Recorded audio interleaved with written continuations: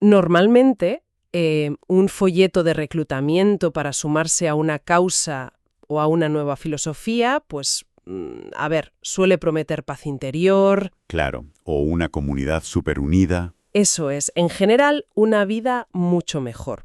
Pero hoy, lunes 4 de mayo de 2026, nuestra inmersión profunda arranca con un texto que hace exactamente lo contrario. Sí, hace todo lo opuesto. Es fascinante. Es el Evangelio de Mateo, capítulo 10, versículos del 17 al 22.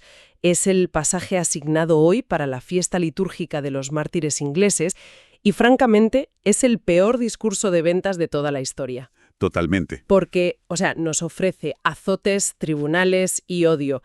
Y, bueno, nuestra misión hoy es desgranar esta advertencia tan cruda sobre la persecución, entender por qué el texto la presenta como algo inevitable y descubrir la increíble psicología de resistencia que esconde. Es un punto de partida brutal, porque supone un contraste gigantesco con lo que solemos considerar una buena noticia. Ya, desde luego. Lo que vemos en estas palabras de Mateo no es, digamos, un accidente histórico. Es la descripción literal de una colisión frontal entre una fe radical y las estructuras del poder mundano. Y la conexión con figuras como los mártires ingleses es perfecta. Porque ellos encarnan literalmente esta advertencia. Exacto. Pues para tener la base clara sobre la que vamos a debatir hoy, voy a leer el texto original. Dice exactamente esto.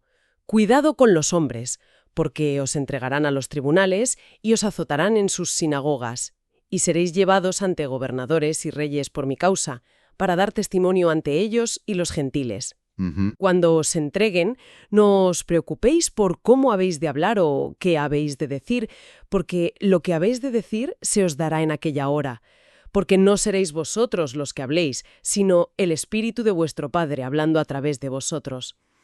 Fíjate en eso. El hermano entregará a la muerte al hermano, y el padre a su hijo, y los hijos se levantarán contra los padres, y los harán morir, y seréis odiados por todos por causa de mi nombre. Pero el que persevere hasta el final se salvará. Palabra del Señor. Amén. Es que, madre mía, es denso. Denso y oscuro. O sea, no se guarda absolutamente nada. ¿Nada?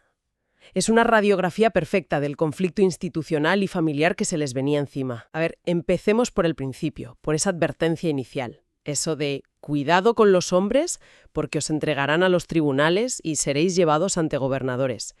Para intentar aterrizar esto a nuestra época, yo me imagino una analogía moderna. A ver, cuéntame. Piensa en los informantes, ¿no? Los típicos whistleblowers. Ah, claro, sí. Esa gente que trabaja dentro de una corporación tecnológica gigante o un gobierno, descubren una corrupción sistémica y de repente deciden hablar. Sabiendo lo que les espera. Exacto. Saben que toda la furia de los departamentos legales y las agencias del Estado va a caer sobre ellos. O sea, se enfrentan a un gigante. Es una comparación muy acertada.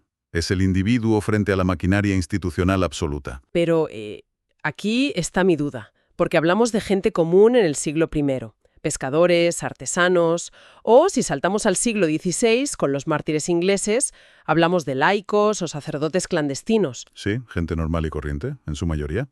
Entonces, ¿qué impacto psicológico tiene para alguien así saber que su destino ineludible incluye enfrentarse a la élite política, a reyes, y simultáneamente ser expulsado por su propia comunidad en las sinagogas? Es tener a todo el sistema en contra. Totalmente.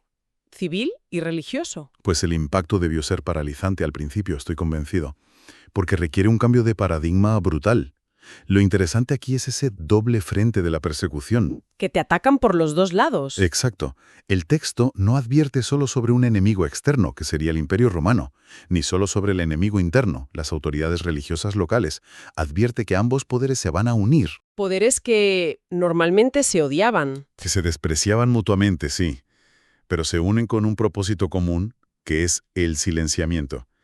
Pero hay un detalle teológico en el texto que es crucial. ¿Cuál? Dice que serán llevados ante ellos por mi causa, para dar testimonio. O sea, Jesús no presenta esta persecución como un fracaso del plan. Ah, claro. La persecución es, paradójicamente, la plataforma. Es el micrófono. O sea, no es que el plan haya salido mal y por eso acaban arrestados en un tribunal romano. El tribunal mismo es el plan para que esos gobernadores se vean obligados a escuchar el mensaje. Lo has clavado. Pensemos en la mecánica del mundo antiguo. Un fabricante de tiendas de Galilea jamás, pero jamás, tendría una audiencia privada con un gobernador o un rey. Por el estatus social era imposible. Imposible. La única manera de que ese mensaje llegara a las esferas de máximo poder era a través del sistema judicial. La persecución proporciona el escenario. Y esto se ve de forma cristalina en la historia de los mártires ingleses.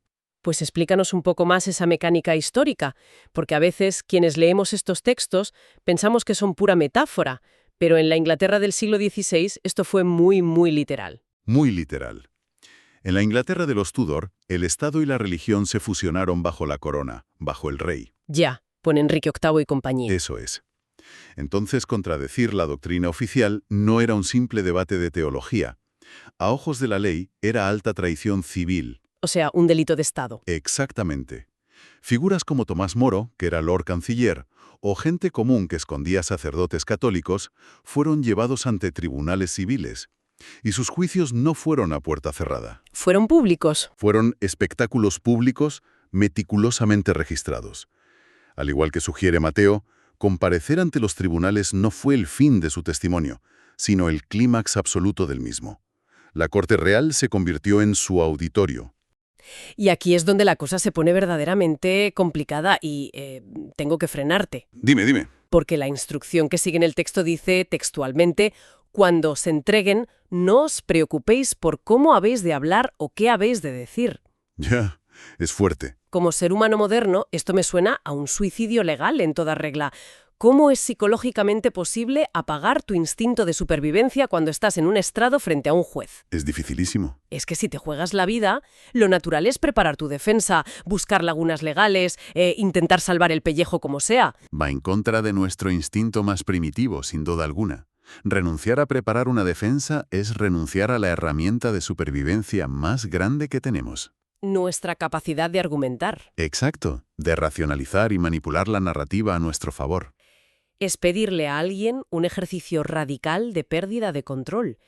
Y me cuesta mucho creer que alguien, yo misma por ejemplo, pueda simplemente decir, bueno, ya se me ocurrirá algo cuando el tribunal está decidiendo si voy a la horca. Es que el texto no invita a una improvisación descuidada.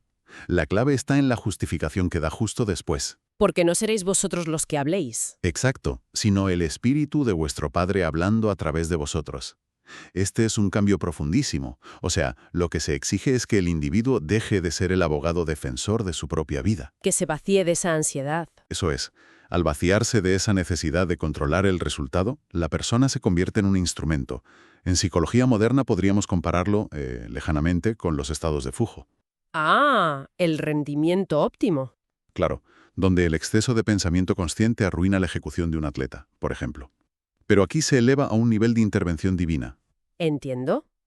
Es como si la presión extrema del tribunal exprimiera al individuo, y lo que emana no es su elocuencia humana, sino una verdad que le trasciende por completo. ¡Qué imagen más poderosa! O sea, la presión no los quiebra, los exprime para revelar lo que llevan dentro. Pero, ¿hay evidencia histórica de que esta dinámica funcionara en la práctica real? Constantemente.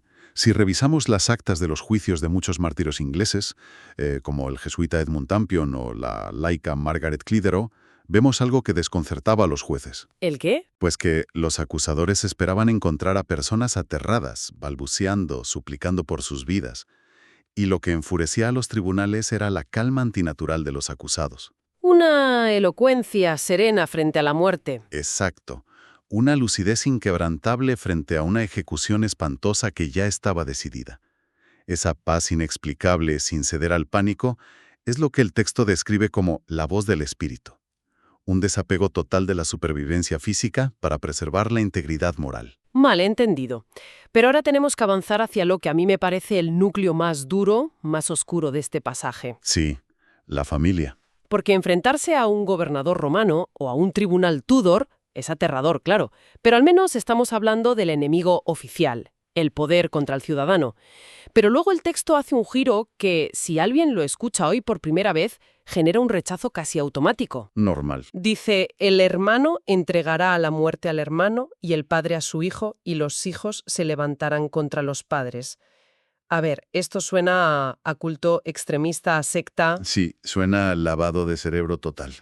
Entonces, ¿cómo diferenciamos esta exigencia de lealtad absoluta de las dinámicas de una secta destructiva moderna que aísla a sus miembros? Es una objeción completamente lógica para una mente de nuestro siglo. Choca de frente con nuestra idea de que el amor instintivo, como el de un padre por un hijo, es la base inquebrantable de la sociedad. Es lo más sagrado. Claro. Pero para entender que esto no es un manual de sectarismo, tenemos que analizar por qué se produce esta traición y entender los mecanismos legales de la época. Me interesa mucho ese mecanismo, porque una fe que teóricamente predica el amor genera una fractura tan violenta. Porque no es que la religión te diga odia a tu hijo. No, no. Es que advierte que tu hijo te va a entregar a ti. ¿Cómo se llega a ese nivel de ruptura familiar? Se llega a través de la presión asfixiante del Estado. En la antigüedad clásica, la religión no era una cosita privada que hacías en tu casa. Era un pacto cívico. Una obligación con el imperio. Exacto. El pater familias romano era responsable de asegurar que su hogar rindiera culto a los dioses del Estado. Si un miembro se negaba, se creía que ponía en peligro a toda la ciudad. O sea que se consideraba un acto de traición pública, no una simple diferencia de opinión en la mesa. Eso es. Y esto se ve aún más claro con los mártires ingleses en el siglo XVI. Allí existía una red de espionaje brutal. Las leyes de recusación imponían multas ruinosas a quienes no asistían a los servicios religiosos oficiales anglicanos. Multas que te dejaban en la calle. En la calle. Si se descubría que en tu casa escondías a un sacerdote clandestino, en los famosos priest holes, el Estado te podía confiscar todas las tierras Madre mía. e imputar a toda la familia delitos de traición castigados con la muerte. Vale, entiendo por dónde vas. Entonces, cuando el texto predice que un padre entregará a su hijo, no necesariamente está hablando de que de repente le tenga un odio irracional o maldad pura. No, para nada. Está describiendo un dilema del prisionero, pero diseñado cruelmente por el propio Estado. Esa es la clave absoluta. El poder institucional diseña un juego macabro. El Estado te dice, o delatas a tu hermano, o te quitamos la granja, encarcelamos a tu esposa y ejecutamos a tus hijos. ¡Qué horror! El miedo se convierte en el arma principal. Denunciar al familiar se convierte, trágicamente, en un mecanismo de supervivencia desesperado para salvar al resto. El texto es realista. Reconoce que bajo terror extremo, la lealtad humana se quiebra. El Estado utiliza a la familia como instrumento de tortura psicológica. Exactamente. Eso cambia totalmente la perspectiva, la verdad. Saber que la presión legal es tan asfixiante que empuja a quien duerme en la habitación de al lado a delatarte por puro terror. Y esto nos lleva a la frase que inicia la conclusión del pasaje, que es como chocar contra un muro, ¿eh? Seréis odiados por todos por causa de mi nombre. Es una afirmación implacable. No es solo la familia, es el ostracismo absoluto. Y para visualizar esto me viene a la mente la biología de los que corren maratones. A ver, esa analogía me intriga. Hay un fenómeno fisiológico que ocurre más o menos sobre el kilómetro 30, conocido como chocar contra el muro. Sí, cuando ya no pueden más. Exacto, pero no es simple cansancio. Es que el cuerpo ha agotado literalmente todas sus reservas de glucógeno, y el cerebro humano, programado para sobrevivir, entra en pánico y envía señales de dolor masivas. Te inunda con la orden de «para, te estás muriendo». Wow. A partir de ahí, cada paso que da el corredor ya no depende de su energía física, sino de un esfuerzo mental descomunal para ignorar a su propio cerebro. Siento que ese ser odiado por todos, experimentar ese aislamiento tan prolongado, es el equivalente a correr una maratón psicológica y acabar chocando contra ese muro donde tu propia mente te grita que te rindas. Es una analogía brillantísima, de verdad, porque nos permite distinguir entre el sufrimiento pasivo y la resistencia activa. Claro. La reacción del cerebro del maratonista es rendirse para evitar el dolor. Pero el texto evangélico exige otra respuesta. La frase final es, pero el que persevere hasta el final se salvará. ¿Y qué implica exactamente esa perseverancia aquí? Porque a veces perseverar suena a sentarse pasivamente en el sofá a recibir palos hasta que pase la tormenta. Y ese es un error súper común. En el texto original en griego, la palabra utilizada para perseverar es upomone. Upomone. Sí, no tiene nada que ver con un estoicismo pasivo ni con dejarse destruir. Upomone es una resistencia activa y desafiante. Significa la capacidad de mantenerse firme y erguido bajo una carga aplastante, sin que esa carga te rompa el espíritu. O sea, negarse a ceder el terreno moral, incluso cuando duele horrores. Eso es. No se trata solo de sobrevivir físicamente. Se trata de que tu integridad moral sobreviva. de no dejarte reconfigurar por todo ese odio que recibes. Exactamente. Es mantenerse enfocado cuando la traición te empuja a rendirte. Y lo más importante es que esta upomone está atada a la promesa final. Se salvará. Esa promesa es el ancla. Es el para qué definitivo que da sentido a la tortura institucional. Para los mártires ingleses, la condena a muerte dictada por el juez no era su derrota. Era la puerta a esa salvación. Sabían que el poder podía destruir el cuerpo y confiscar propiedades, pero no tenía jurisdicción alguna sobre la eternidad. Sin esa promesa, esta resistencia sería puro masoquismo. Lógico. Pues si recogemos todo lo que hemos explorado hoy, el panorama es tremendo. Este pasaje desnuda la hostilidad de los sistemas de poder. Nos explica cómo el Estado utiliza como arma a la propia familia a través del miedo. Y nos exige esa upomone, esa resistencia. Sí, Y aunque la inmensa mayoría de quienes nos escuchan hoy no viven bajo la amenaza de ser ejecutados por un gobernador imperial ni decapitados por un monarca Tudor, el núcleo de esto es súper actual. profundamente actual. El coste social de mantenerse firme frente a la desaprobación pública, el aislamiento, la cultura de la cancelación, sigue siendo una realidad. Defender la verdad frente a la norma predominante siempre va a tener un precio altísimo. El ropaje histórico cambia, claro, pero la naturaleza del poder y el miedo permanecen. Y esto me lleva a una reflexión final que me encantaría dejar para la audiencia. Adelante. A menudo nos asusta la fuerza abrumadora de esos tribunales y estados modernos que persiguen a quien piensa distinto. Parecen invencibles. Pero si observamos la historia, surge una paradoja brutal. Los imperios que ejecutaron a estas personas acabaron colapsando y convirtiéndose en polvo. Es verdad. Sin embargo, las ideas por las que estos mártires resistieron y sus nombres se siguen celebrando siglos después. Entonces, frente al pánico de ser odiado por todos, yo preguntaría, ¿es posible que la verdad tenga una fecha de caducidad mucho más larga que cualquier forma de poder que intente aplastarla? Esa es una pregunta monumental. ¿Qué sobrevive más tiempo? ¿El tribunal que dicta la sentencia o la verdad del que está en el estrado? Es el verdadero medidor de dónde ponemos nuestra lealtad. Totalmente de acuerdo. Pues para cerrar nuestro análisis de hoy sobre este pasaje de Mateo, vamos a hacer una breve oración conclusiva. Padre Celestial, te damos gracias por el ejemplo de valentía que nos da tu palabra y la memoria de los mártires. Amén. Te pedimos la gracia del Espíritu Santo para que, cuando enfrentemos incomprensión o rechazo por causa de la verdad, no nos domine la ansiedad ni el miedo. Concédenos la fortaleza para perseverar hasta el final, confiando siempre en que es tu Espíritu quien habla y sostiene nuestras vidas. Amén. Amén. Muchísimas gracias por acompañarnos en esta inmersión profunda. Ha sido un recorrido intenso por la historia, la psicología y la resistencia humana. Esperamos contar con todos ustedes mañana, donde seguiremos buscando las claves ocultas detrás de estos grandes textos. Hasta la próxima.